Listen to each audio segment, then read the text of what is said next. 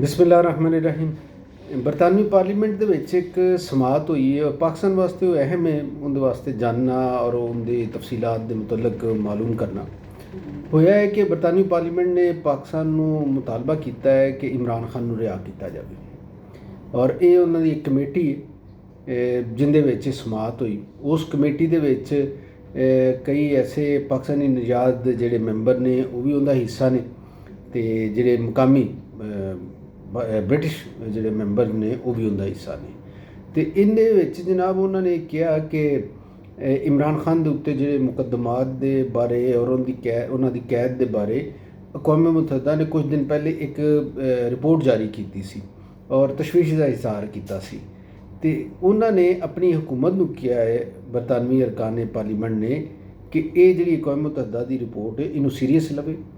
ਵਜ਼ੀਰ ਆਜ਼ਮ ਅਤੇ ਵਜ਼ੀਰ ਖਾਰਜਾ ਦੋਵਾਂ ਨੂੰ ਕਿਹਾ ਅਤੇ ਉਹਨਾਂ ਕਿਹਾ ਕਿ ਕਮੇਟੀ ਜਿਹੜੀ ਹੈ ਇਹ ਜਲਦ ਉਹਨਾਂ ਨਾਲ ਮੁਲਾਕਾਤ ਵੀ ਕਰੇਗੀ ਵਜ਼ੀਰ ਆਜ਼ਮ ਦੇ ਨਾਲ, ਅਤੇ ਫਿਰ ਉਹ ਬਾਕਾਇਦਾ ਤੌਰ 'ਤੇ ਪਾਕਿਸਤਾਨ ਨਾਲ ਇਸ ਸਿਲਸਿਲੇ ਦੇ ਵਿੱਚ ਗੱਲ ਕਰਨ ਵਾਸਤੇ ਕਹਿਣਗੇ। ਇਹ ਜਿਹੜੀ ਕਮੇਟੀ ਸੀ ਇਹਦੀ ਸਦਾਰਤ ਕੰਜ਼ਰਵੇਟਿਵ ਜਿਹੜੇ ਪੀਅਰ ਲਾਰਡ ਡੈਨੀਅਲ ਹੰਨਾਨ ਉਹਨਾਂ ਨੇ ਕੀਤੀ ਔਰ ਨਾਲ ਜਿਹੜੇ ਬ੍ਰਿਟਿਸ਼ ਪਾਕਿਸਤਾਨੀ ਲੇਬਰ MP ਹੈਗੀਆਂ ਸਨ ਨਾਜ਼ ਸ਼ਾਹ, ਉਹਨਾਂ ਦੋਵਾਂ ਨੇ ਸਦਾਰਤ ਕੀਤੀ ਇਹਦੀ। ਅਤੇ ਇਸ ਕਮੇਟੀ ਦੇ ਵਿੱਚ ਸਾਬਕ ਵਜ਼ੀਰ ਦਾਖਲਾ ਉੱਥੋਂ ਦੀ ਜਿਹੜੀ ਸੀ ਪ੍ਰੀਤੀ ਪਟੇਲ, ਉਹ ਸਨ। ਬੈਰੋਨਿਸ ਸਈਦਾ ਵਾਰਸੀ ਜਿਹੜੀ ਉੱਥੋਂ ਦੇ ਹੁਕਮਰਾਨ ਪਾਰਟੀ ਦੀ ਸਰਬਰਾਹ ਵੀ ਰਹੀਆਂ ਨੇ, ਉਹਨਾਂ ਦਾ ਵੀ ਤਲਕ ਇੱਥੇ ਪਾਕਿਸਤਾਨ ਦੇ ਨਾਲ ਸੀ।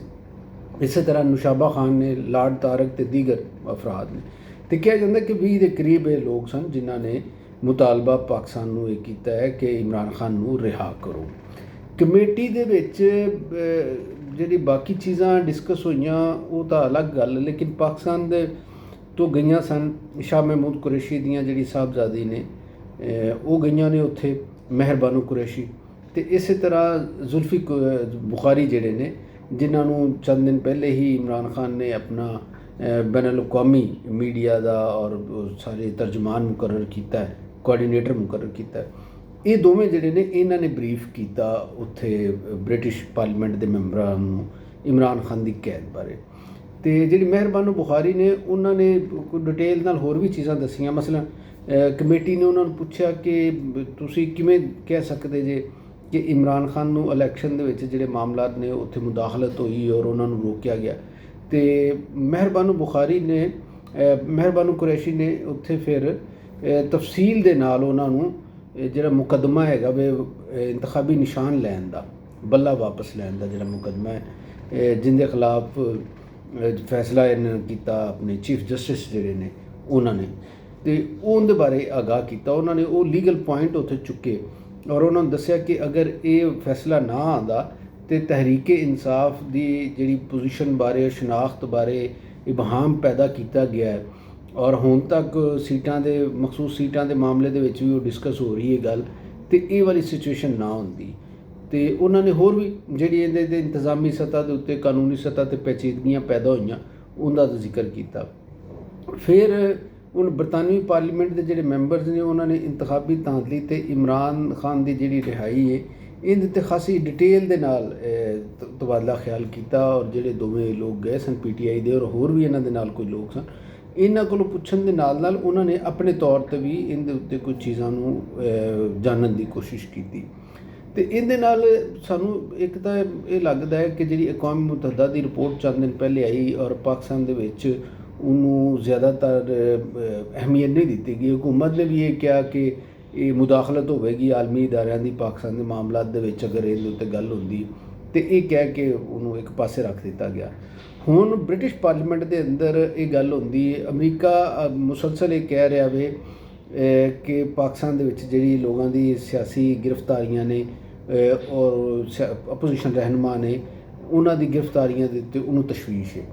ਅਤੇ ਉਹ ਤਸ਼ਵੀਸ਼ ਨੂੰ ਅਗਰਚੇ ਉਹਨਾਂ ਨੇ ਹਾਲੇ ਤੱਕ ਕਿਸੇ ਇੰਤਜ਼ਾਮੀ ਔਰ ਹਕਮਤ ਅਮਲੀ ਦੇ ਸਫਾਰਤੀ ਕਿਸੇ ਡਿਜ਼ਾਈਨ ਦੇ ਵਿੱਚ ਨਹੀਂ ਲਿਆਂਦਾ, ਸਿਰਫ ਉਹਨਾਂ ਦੇ ਤਰਜਮਾਨ ਜਿਹੜੇ ਨੇ ਉਹੀ ਗੱਲ ਕਰਨ ਡੇ ਰਹੇ। ਲੇਕਿਨ ਦੂਸਰੇ ਪਾਸੇ ਜਿਹੜਾ ਬਰਤਾਨੀਆ ਦੇ ਵਿੱਚ ਡਿਵੈਲਪਮੈਂਟ ਹੋਈ ਹੈ ਕਿ ਉੱਥੋਂ ਦੇ ਮੈਂਬਰਾਨ ਨੇ ਬਾਕਾਇਦਾ ਤੌਰ 'ਤੇ ਇੱਕ ਇਜਲਾਸ ਕੀਤਾ ਕਮੇਟੀ ਨੇ ਔਰ ਉੱਥੇ ਤਹਿਰੀਕ ਇਨਸਾਫ ਦੇ ਉੱਤੇ ਜਿਹੜੀਆਂ ਪਾਬੰਦੀਆਂ ਨੇ, ਜਿਹੜੀ ਇਮਰਾਨ ਖਾਨ ਦੀ ਕੈਦ ਹੈ, ਜਿਹੜੇ ਇੱਥੇ ਇਲੈਕਸ਼ਨ ਦੇ ਵਿੱਚ ਧਾਂਦਲੀ ਦਾ ਮਾਮਲਾ ਹੈ ਔਰ ਪੋਲੀਟੀਕਲ ਵਰਕਰਸ ਦੇ ਖਿਲਾਫ ਜਿਹੜੀਆਂ ਕਾਰਵਾਈਆਂ ਨੇ ਉਹਨੂੰ ਪੂਰੇ ਇੱਕ ਮੰਜ਼ਰਨਾਮੇ ਦੇ ਤੌਰ 'ਤੇ ਉੱਥੇ ਡਿਸਕਸ ਕੀਤਾ ਗਿਆ ਔਰ ਉਹਨਾਂ ਨੇ ਇਹ ਤੈਅ ਕੀਤਾ ਵੇ ਕਿ ਉਹ ਹੁਣ ਆਪਣੀ ਹਕੂਮਤ ਨੂੰ ਆਪਣੇ ਵਜ਼ੀਰ ਆਜ਼ਮ ਨੂੰ ਕਹਿਣਗੇ ਅਤੇ ਵਜ਼ੀਰ ਆਜ਼ਮ ਫਿਰ ਚੈਨਲਾਈਜ਼ ਕਰਨਗੇ ਕਿ ਉਹਨਾਂ ਨੇ ਉਹ ਵਾਲੇ ਕੰਸਰਨ ਜਿਹੜੇ ਨੇ ਔਰ ਆਪਣੇ ਜਿਹੜੀਆਂ ਗੱਲਾਂ ਨੇ ਉਹ ਕਿਵੇਂ ਪਹੁੰਚਾਉਣੀਆਂ ਨੇ ਪਾਕਿਸਤਾਨ ਦੀ ਹਕੂਮਤ ਤੱਕ।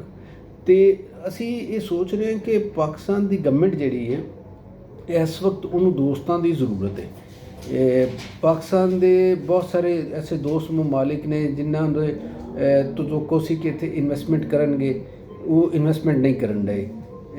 ਬੜੀ ਕੋਸ਼ਿਸ਼ ਕੀਤੀ ਗਈ ਔਰ ਜ਼ਰੂਰਤ ਹੈ ਪਾਕਿਸਤਾਨ ਨੂੰ ਇਨਵੈਸਟਮੈਂਟ ਦੀ, ਅਤੇ ਇਹ ਵਾਲੇ ਜਦੋਂ ਨਹੀਂ ਮਾਮਲਾ ਅੱਗੇ ਵੱਧ ਰਹੇ ਅਤੇ ਫਿਰ ਇਹਦੇ ਨਾਲ ਸਾਨੂੰ ਇਹ ਲੱਗੇਗਾ ਕਿ ਇੱਥੇ ਮਾਮਲਾ ਜਿਹੜੇ ਨੇ ਉਹ ਖਰਾਬ ਹੋ ਰਹੇ ਨੇ। ਇਹਨਾਂ ਮਾਮਲਿਆਂ ਨੂੰ ਦਰੁਸਤ ਕਰਨ ਵਾਸਤੇ, ਬਿਹਤਰੀ ਵਾਸਤੇ ਉਹ ਕੀ ਕਰ ਸਕਦਾ ਪਾਕਿਸਤਾਨ, ਇਹ ਵਾਲੇ ਆਪਸ਼ਨ ਹਾਲੇ ਤੱਕ ਨਹੀਂ ਆਏ। ਔਰ ਬਸ ਇਹ ਹੁੰਦਾ ਕਿ ਇੱਕ ਕੋਸ਼ਿਸ਼ ਖਤਮ ਹੁੰਦੀ ਹੈ ਅਤੇ ਪਾਕਿਸਤਾਨ ਦੂਸਰੇ ਪਾਸੇ ਲੱਗ ਪੈਂਦਾ। ਮਸਲਨ ਪਾਕਿਸਤਾਨ ਨੇ ਸਾਊਦੀ ਅਰਬ ਨੂੰ ਕਿਹਾ ਇਨਵੈਸਟਮੈਂਟ ਵਾਸਤੇ, ਜਦੋਂ ਸਾਊਦੀ ਅਰਬ ਤਿਆਰ ਨਹੀਂ ਹੋਇਆ ਤਾਂ ਅਸੀਂ UAE ਵੱਲ ਚਲੇ ਗਏ। UAE ਨੂੰ ਕਿਹਾ, ਜਦੋਂ ਉਹ ਨਹੀਂ ਤਿਆਰ ਹੋਇਆ ਤਾਂ ਅਸੀਂ ਚੀਨ ਵੱਲ ਚਲੇ ਗਏ। ਚੀਨ ਨਹੀਂ ਤਿਆਰ ਹੋਇਆ ਅਤੇ ਅਸੀਂ ਵਸਤ ਏਸ਼ੀਆ ਜਿਹੜੀਆਂ ਰਿਆਸਤਾਂ ਨੇ ਉਹਨਾਂ ਵੱਲ ਚਲੇ ਗਏ। ਉਹਨਾਂ ਰਿਆਸਤਾਂ ਵਿੱਚ ਵੀ ਅਸੀਂ ਬਾਰ-ਬਾਰ ਅਜ਼ਰਬਾਈਜਾਨ ਨੂੰ ਕਹਿ ਰਹੇ ਹਾਂ, ਅਸੀਂ ਤਜਿਕਸਤਾਨ ਨੂੰ ਕਹਿ ਰਹੇ ਹਾਂ, ਫਿਰ ਅਸੀਂ ਹੁਣ ਤੁਰਕਮਾਨਿਸਤਾਨ ਨੂੰ ਕਹਿ ਰਹੇ ਹਾਂ, ਅਤੇ ਕਿਸੇ ਪਾਸਿਓਂ ਵੀ ਹਾਲੇ ਮਾਮਲਾ ਅੱਗੇ ਨਹੀਂ ਵਧਣ ਦੇ। ਉਹਦੀ ਵਜ੍ਹਾ ਇੱਕੋ ਹੀ ਹੈ ਕਿ ਸਾਰੇ ਪਾਕਿਸਤਾਨ ਦੇ ਦੋਸਤਾਂ ਨੂੰ ਇੱਕ ਕੰਸਰਨ ਨੇ ਕਿ ਪਾਕਿਸਤਾਨ ਦੇ ਵਿੱਚ ਜਿਹੜਾ ਸਿਆਸੀ ਅਦਮ ਇਸਤਹਿਕਾਮ ਹੈ, ਜਿੰਨੀ ਦੇਰ ਤੱਕ ਇਹ ਕਿਸੇ ਪਾਸੇ ਨਾ ਲੱਗੇ ਗੱਲ, ਉਨੀ ਦੇਰ ਤੱਕ ਇੱਥੇ ਹਰ ਤਰ੍ਹਾਂ ਦੀ ਇਨਵੈਸਟਮੈਂਟ ਜਿਹੜੀ ਉਹ ਖਤਰੇ ਦਾ ਸ਼ਿਕਾਰ ਹੋ ਸਕਦੀ। ਇਸ ਵਾਸਤੇ ਉਹ ਇਸ ਮਾਮਲੇ ਦੇ ਵਿੱਚ ਅੱਗੇ ਨਹੀਂ ਆਉਂਦੇ, ਪਾਕਿਸਤਾਨ ਨੂੰ ਹੱਥ ਨਹੀਂ ਫੜਾ ਰਹੇ। ਔਰ ਪਾਕਿਸਤਾਨ ਦੇ ਮੈਂ ਸਮਝਦਾ ਵਾਂ ਗਵਰਨਮੈਂਟ ਕਿਉਂ ਨਹੀਂ ਸਮਝਦੀ, ਇਹ ਸਮਝ ਤੋਂ ਬਾਹਰ ਹੈ ਚੀਜ਼ਾਂ।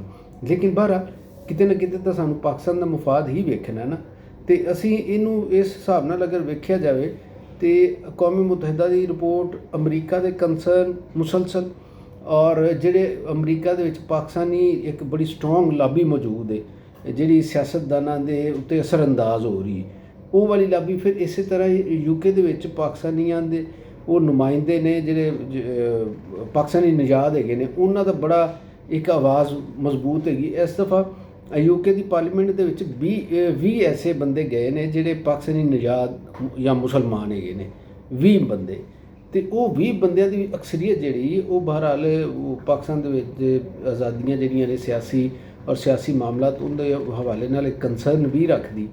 ਅਤੇ ਇੰਨੇ ਤਾਕਤਵਰ ਮੁਲਕ ਜਿਹੜੇ ਨੇ ਉੱਥੇ ਉਹਨਾਂ ਦੀ ਰਾਏ ਜਿਹੜੀ ਸਾਹਮਣੇ ਆਏਗੀ ਪਾਰਲੀਮੈਂਟਾਂ ਦੇ ਵਿੱਚ, ਉਹਨੂੰ ਕਿੰਨੀ ਦੇਰ ਤੱਕ ਨਜ਼ਰਅੰਦਾਜ਼ ਕੀਤਾ ਜਾ ਸਕਦਾ ਹੈ।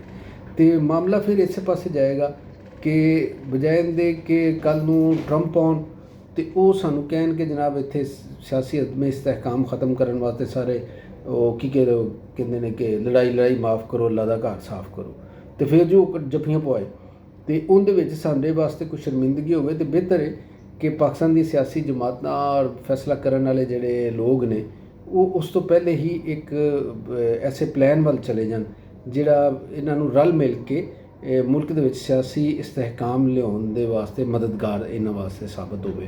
ਅਤੇ ਇਹ ਵਾਲੀ ਇੱਕ ਮੰਜ਼ਰਨਾਮਾ ਸੀ। ਹੁਣ ਇਹਦਾ ਨਤੀਜਾ ਕੀ ਨਿਕਲਦਾ ਹੈ ਅਗਲੇ ਦਿਨਾਂ ਦੇ ਵਿੱਚ, ਬ੍ਰਿਟਿਸ਼ ਪਾਰਲੀਮੈਂਟ ਕਿਸ ਤਰ੍ਹਾਂ ਪਾਕਿਸਤਾਨ ਦੀ ਸਿਆਸਤ ਔਰ ਪਾਕਿਸਤਾਨ ਦੇ ਅਪੋਜੀਸ਼ਨ ਵਾਸਤੇ ਕੋਈ ਹਮਦਰਦੀ ਦਾ ਪ੍ਰੈਕਟੀਕਲ ਕੋਈ ਰਾਹ ਕੱਢ ਸਕਦੀ, ਇਹ ਅਸੀਂ ਦੇਖਾਂਗੇ। ਅਤੇ ਜੀਂਦੇ ਰਹੋ ਜਨਾਬ, ਵਸਦੇ ਰਹੋ।